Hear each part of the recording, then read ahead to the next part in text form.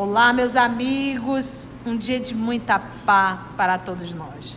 Hoje, exatamente 29 de abril de 2022, estamos nós reunidos para estudarmos o livro Obras Póstumas, de Allan Kardec. Nós estamos no capítulo que nós estamos estudando, na primeira parte, estudo sobre a natureza do Cristo. E hoje nós iremos iniciar o item 6, opinião dos apóstolos. Mas antes é necessário fazermos a nossa prece de gratidão. Vamos orar?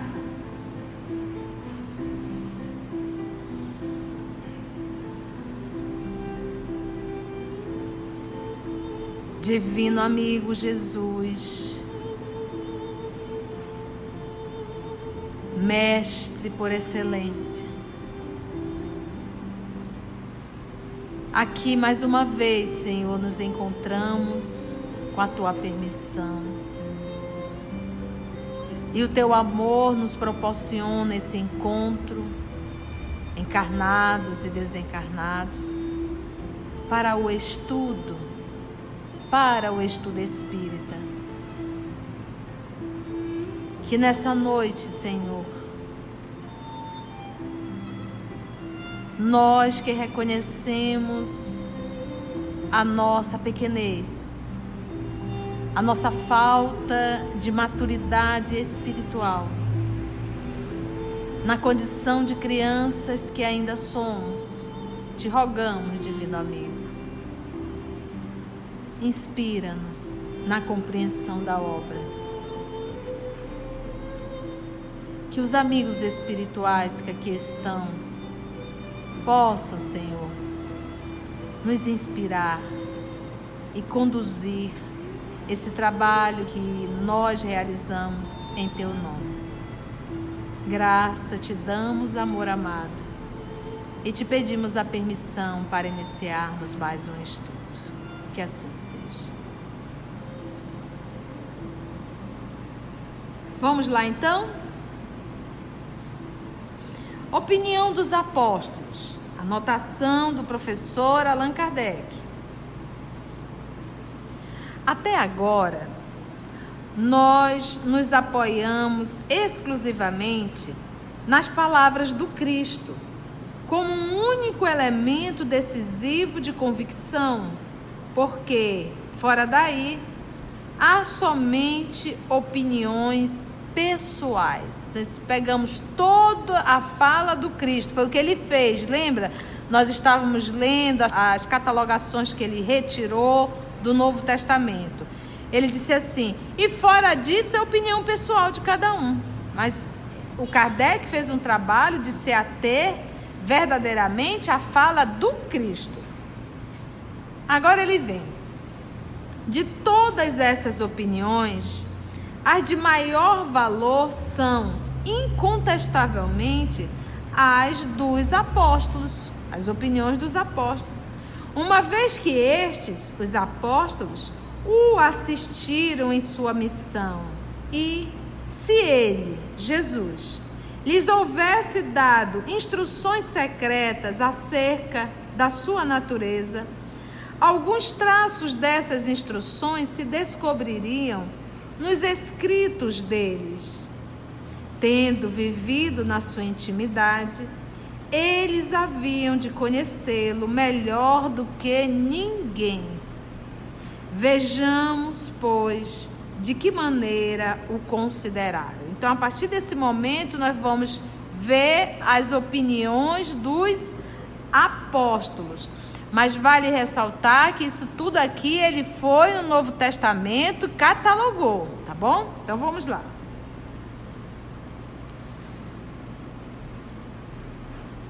Essa primeira aqui é de Pedro, a fala de Pedro. Então tudo isso aqui nós vamos encontrar já lá em Atos, né? Discurso de Estevão. Vamos lá, vamos conhecer? Adoro! Vamos lá. Esse aqui é Pedro.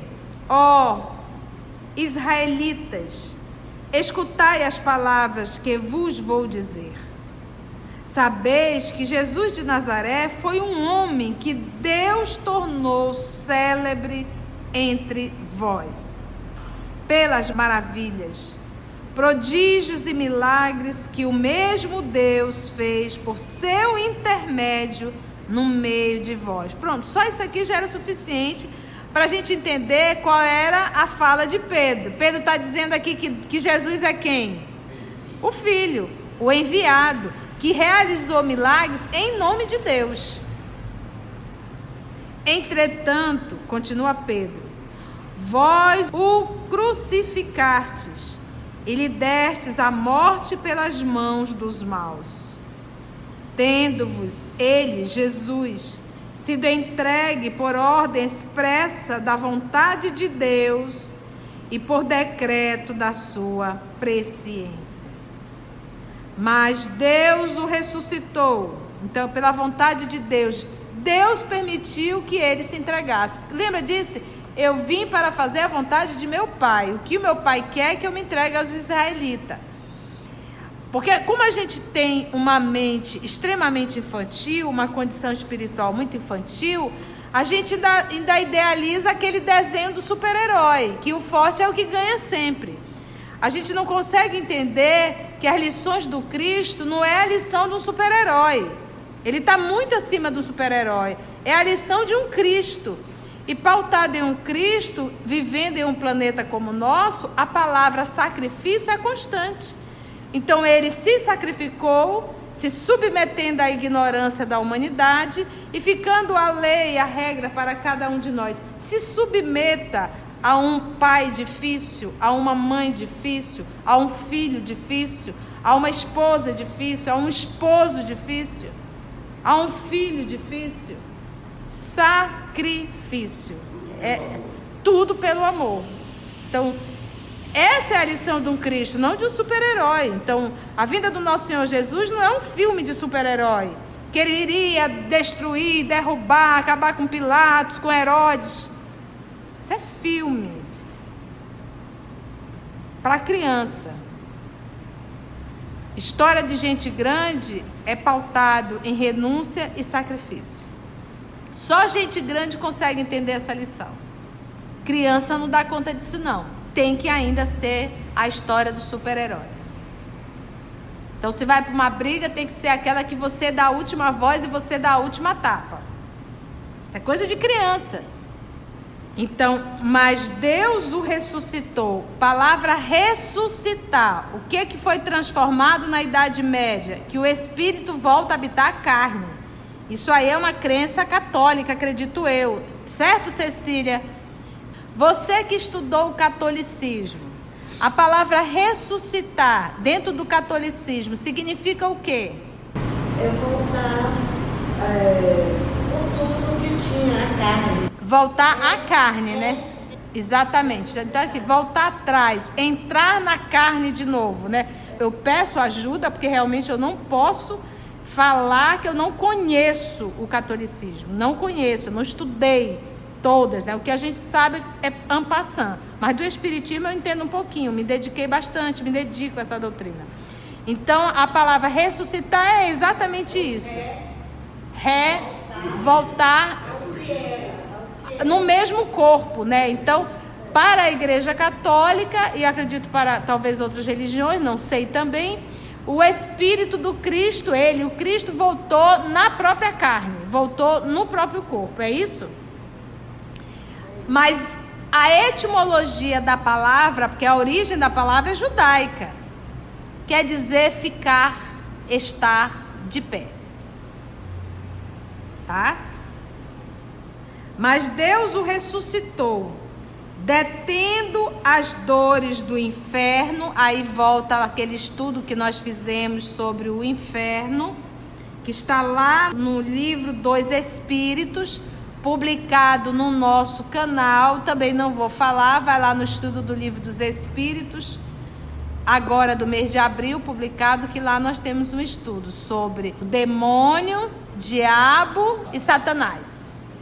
Detendo as dores do inferno, já que era impossível que ele ali permanecesse.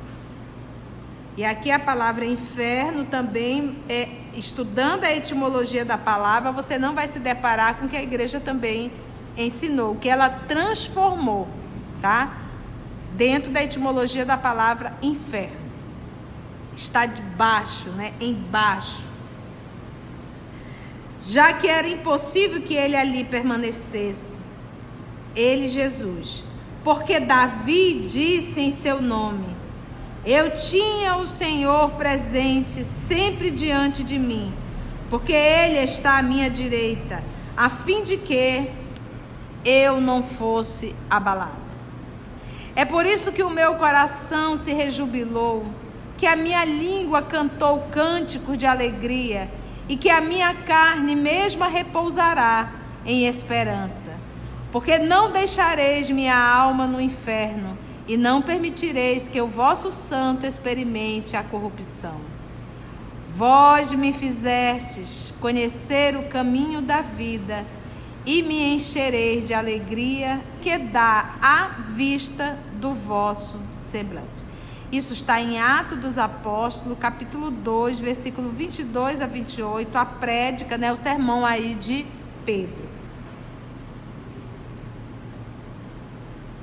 Novamente, Atos dos Apóstolos, capítulo 2, versículo 33 a 36. Novamente a fala, mostrando Deus e Jesus.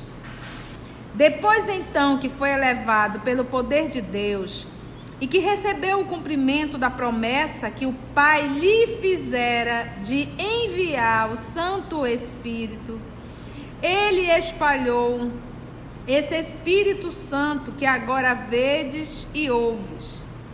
Pois Davi não subiu ao céu. Ora, ele próprio disse: o Senhor disse a meu Senhor: senta-te à minha direita, até que eu haja reduzido teus inimigos a te servirem de escabelo, né? Que era aquele bancozinho para você colocar o pé. Então ele pega aqui, Pedro está fazendo a sua palestra, e ele pega aqui anotações de Davi, falando do Senhor.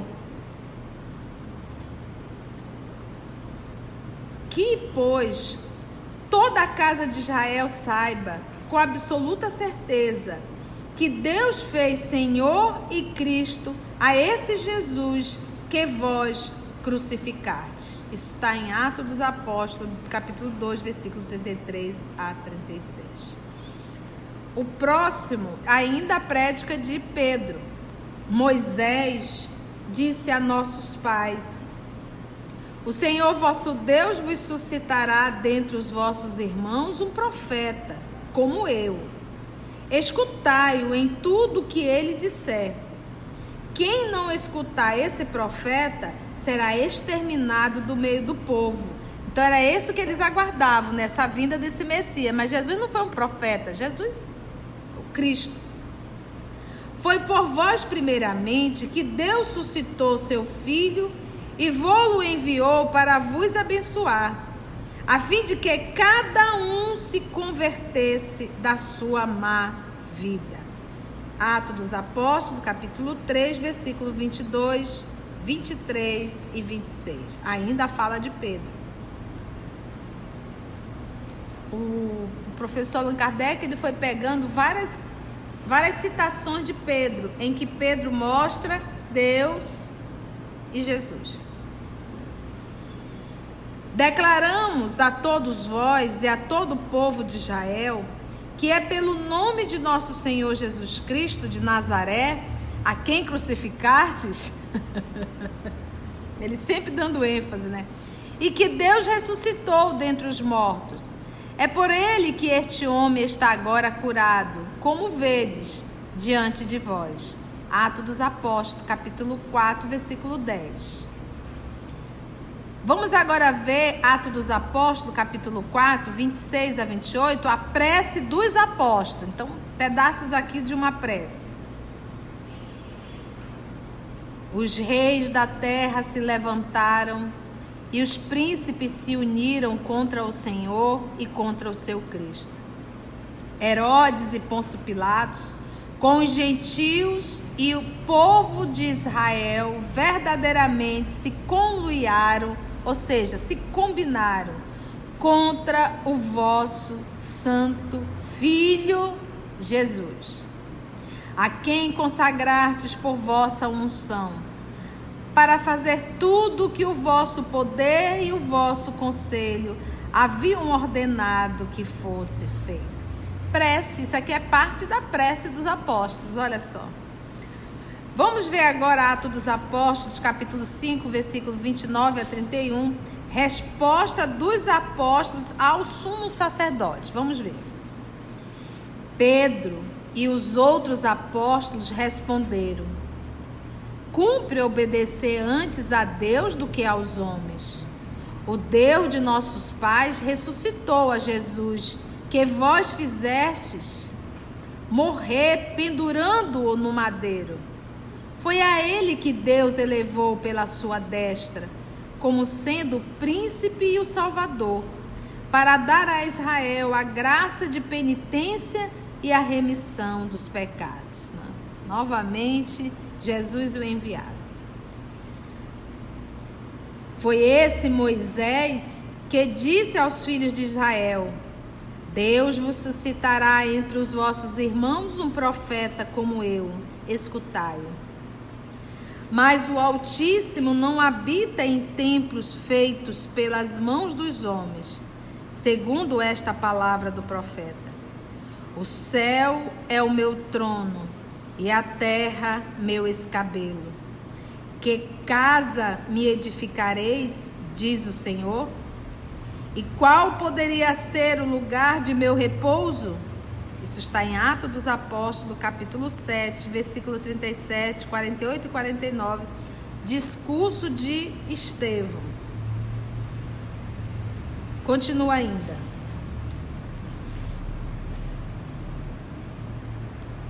Aqui em Atos dos Apóstolos, o martírio de Estevão. Capítulo 7, versículo 55 a 58. Vamos ver. Mas quem quer conhecer bem isso aqui, Atos dos Apóstolos, obra Paulo Estevão. Mas, estando Estevão cheio do Espírito Santo e elevando os olhos ao céu, viu a glória de Deus e a Jesus que estava de pé à direita de Deus e disse: vejo abertos os céus e o Filho do Homem que está de pé à direita de Deus. Obviamente que isso aqui, tem um pouco assim da literatura, mas na obra Paulo Estevão explica exatamente, eram os momentos finais dele, depois da lapidação, e ele enxerga Jesus, ele vê o Cristo. Então, e quem estava lá percebia, que olhava para ele, que ele estava vendo algo assim, divino, pelo rosto, pela expressão dele. Então, lançando grandes brados, gritos e tapando os ouvidos, lançaram-se todos juntos sobre ele e, tendo-o arrastado para fora dos muros da cidade, o lapidaram. E as testemunhas, tomando-lhe as vestes, as depuseram aos pés de um jovem chamado Saulo, mais tarde Paulo. Enquanto lapidavam, Estevão invocava Jesus, dizendo: Senhor Jesus, recebe meu espírito. Na obra Paulo Estevão está detalhado isso aqui.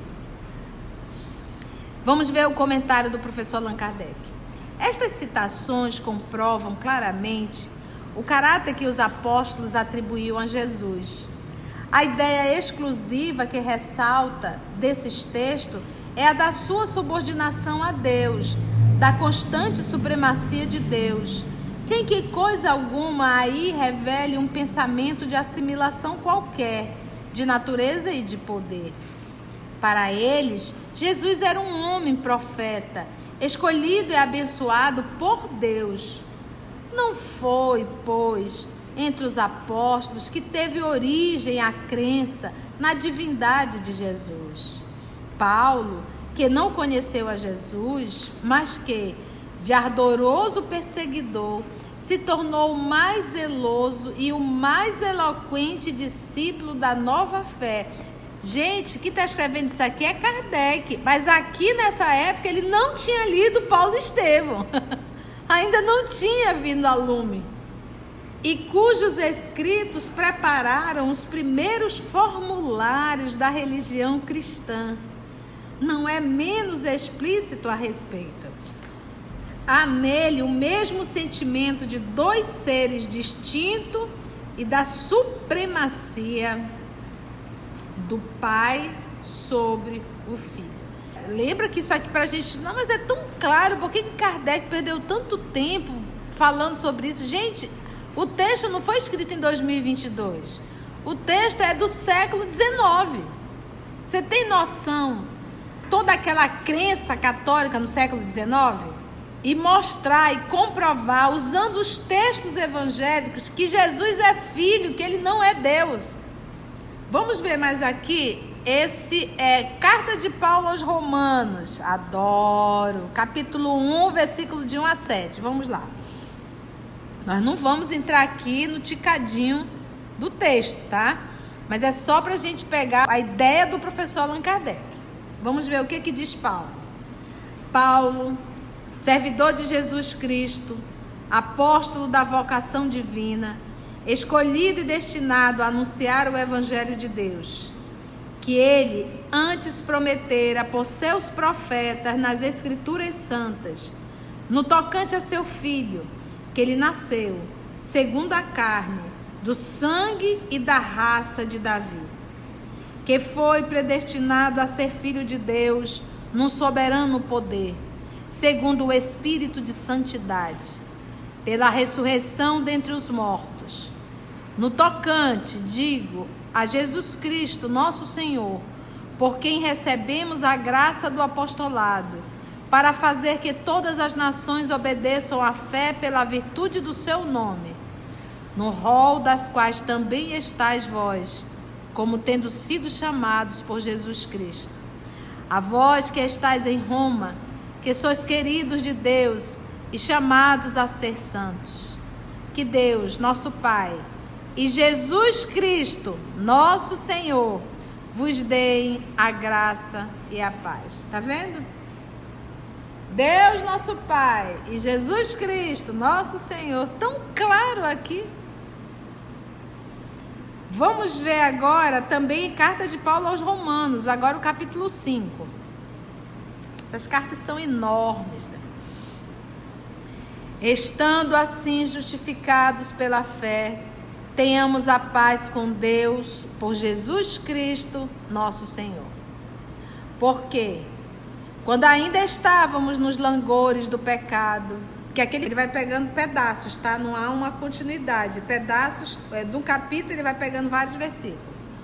Porque, quando ainda estávamos nos langores do pecado, Jesus Cristo morreu por ímpios como nós, no tempo destinado por Deus. Outro versículo. Jesus Cristo não deixou de morrer por nós no tempo destinado por Deus. Assim, estando agora justificados pelo seu sangue, seremos, como mais forte razão, isentados por ele da cólera de Deus. Vamos tomar isso ao pé da letra, tá, gente? Outro versículo. E não somente fomos reconciliados, como até nos glorificamos em Deus por Jesus Cristo, nosso Senhor, por quem obtivemos essa reconciliação. Ainda um versículo das cartas aos Romanos. Se muitos morreram pelo pecado de um só, a misericórdia e o dom de Deus se derramaram com mais forte razão, mais abundantemente sobre muitos, pela graça de um só homem, que é Jesus Cristo.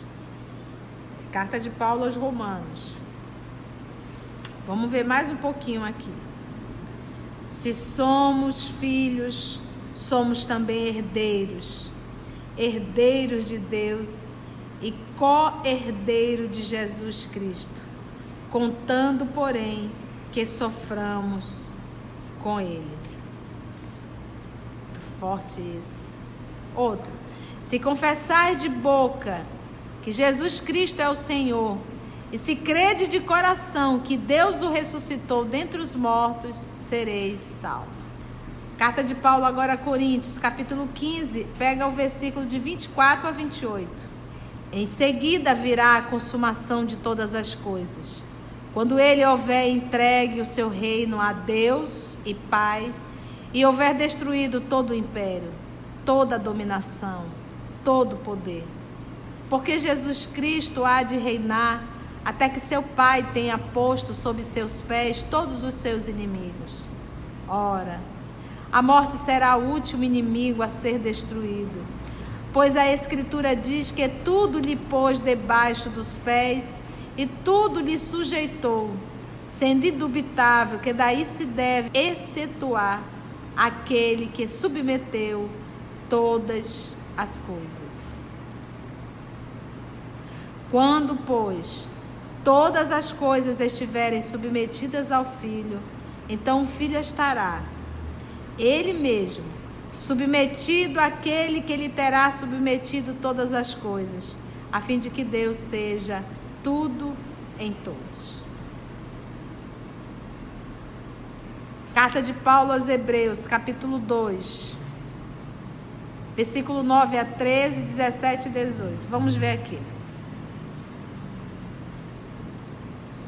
Mas vemos que Jesus, que tinha se tornado por um pouco de tempo inferior aos anjos, foi coroado de glória e de honras, devido à morte que ele sofreu.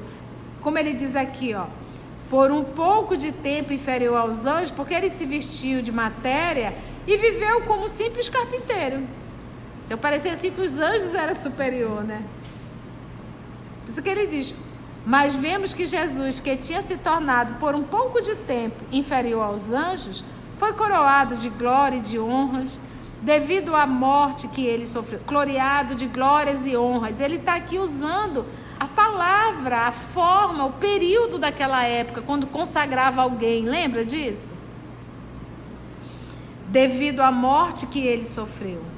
Deus, em sua bondade, tendo querido que ele morresse por todos, por ser ele bem digno de Deus, para quem e por quem são todas as coisas, quis que, por querer conduzir à glória muitos filhos, ele consumasse e aperfeiçoasse pelo sofrimento aquele que havia de ser o chefe e o autor da salvação deles. Assim, o que santifica e os que são santificados vêm todos de um mesmo princípio. É por isso que ele não se envergonha de lhes chamar irmãos, dizendo: anunciarei o teu nome aos meus irmãos. Entoar-te-ei louvores no meio da assembléia do teu povo. E, algures, porei nele a minha confiança. E, noutro lugar, eis-me aqui, com os filhos que Deus me deu. Ai, tão lindo. Eis porque se tornou necessário que ele fosse em tudo semelhante a seus irmãos, para ser, diante de Deus, um pontífice, compassivo e fiel em seu ministério, a fim de expiar os pecados do povo. Pois é das penas e sofrimentos mesmos, pelos quais foi tentado e experimentado, que ele tira a virtude e a força de socorrer os que também são tentados. Carta de Paulo aos Hebreus.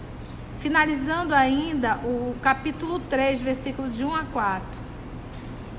Portanto, meus santos irmãos, vós que tendes parte na vocação celeste, considerai a Jesus, que é o apóstolo e o pontífice da religião que professamos, que é fiel àquele que o estabeleceu nesse cargo, como Moisés lhe foi fiel em toda a sua casa. Porque ele foi julgado digno de uma glória tanto maior que a de Moisés, quanto aquele que edificou a casa é mais estimável do que a própria casa, visto não haver casa que não tenha sido construída por alguém. Ora, aquele que é o arquiteto e o criador de todas as coisas é Deus. E aqui ele não tinha estudado ainda a Caminho da Luz. Por isso que diz que o Espiritismo é o cristianismo redivivo. E todas essas informações que Paulo nos traz, que Pedro nos trouxe, isso foi esquecido. Apesar de estar em Atos, não se estudava. Aí vem a doutrina, vem esse Consolador prometido e nos mostra. Ele usa o termo aqui, arquiteto, o criador da casa. Sabe, e a gente vai estudar Jesus como o governador do planeta Terra, o responsável, o filho mais velho. É fantástico tudo isso. Eu sei que são textos que requerem estudos aprofundados, mas o tópico agora não é esse. O tópico realmente é seguir as orientações do professor, verificando aquelas partes que deixam notório a fala dos apóstolos da diferença entre Deus e o enviado, que é o Filho dele, o nosso Senhor Jesus. Foi bom, gente? Antes de orarmos em agradecimento, vamos ouvir algumas considerações da tia que destacamos neste estudo para a reflexão dos ensinamentos. Vamos aos destaques da tia? Eu sei que são textos que requerem estudos aprofundados, mas o tópico agora não é esse. O tópico realmente é seguir as orientações do professor, verificando aquelas partes que deixam notório a fala dos apóstolos da diferença entre Deus e o enviado, que é o Filho dele, o nosso Senhor Jesus. Como a gente tem uma mente extremamente infantil, uma condição espiritual muito infantil, a gente ainda idealiza aquele desenho do super-herói. A gente não consegue entender que as lições do Cristo não é a lição de um super-herói, é a lição de um Cristo. A palavra sacrifício é constante. Então ele se sacrificou, se submetendo à ignorância da humanidade e ficando a lei, a regra para cada um de nós. Se submeta a um pai difícil, a uma mãe difícil, a um filho difícil, a uma esposa difícil, a um esposo difícil, a um filho difícil. Sacrifício. Essa é a lição de um Cristo, não de um super-herói. Então, a vinda do nosso Senhor Jesus não é um filme de super-herói, que ele iria destruir, derrubar, acabar com Pilatos, com Herodes. Isso é filme para criança. História de gente grande é pautado em renúncia e sacrifício. Só gente grande consegue entender essa lição. Criança não dá conta disso, não. Tem que ainda ser a história do super-herói. Palavra ressuscitar. O que foi transformado na Idade Média? Que o espírito volta a habitar a carne. Isso aí é uma crença católica. Mas a etimologia da palavra, porque a origem da palavra é judaica, quer dizer ficar, estar de pé. Lembra que isso aqui pra gente, não, mas é tão claro, por que Kardec perdeu tanto tempo falando sobre isso? Gente, o texto não foi escrito em 2022. O texto é do século XIX. Você tem noção? Toda aquela crença católica no século XIX? E mostrar e comprovar, usando os textos evangélicos, que Jesus é filho, que ele não é Deus. Assim, concluindo o nosso estudo de hoje e agradecendo o nosso Mestre Jesus por mais este momento de aprendizado, vamos orar? Agradecemos então a Deus nosso Pai, a Jesus o amor de nossa vida e a espiritualidade amiga por mais um encontro. Graça te damos, Senhor.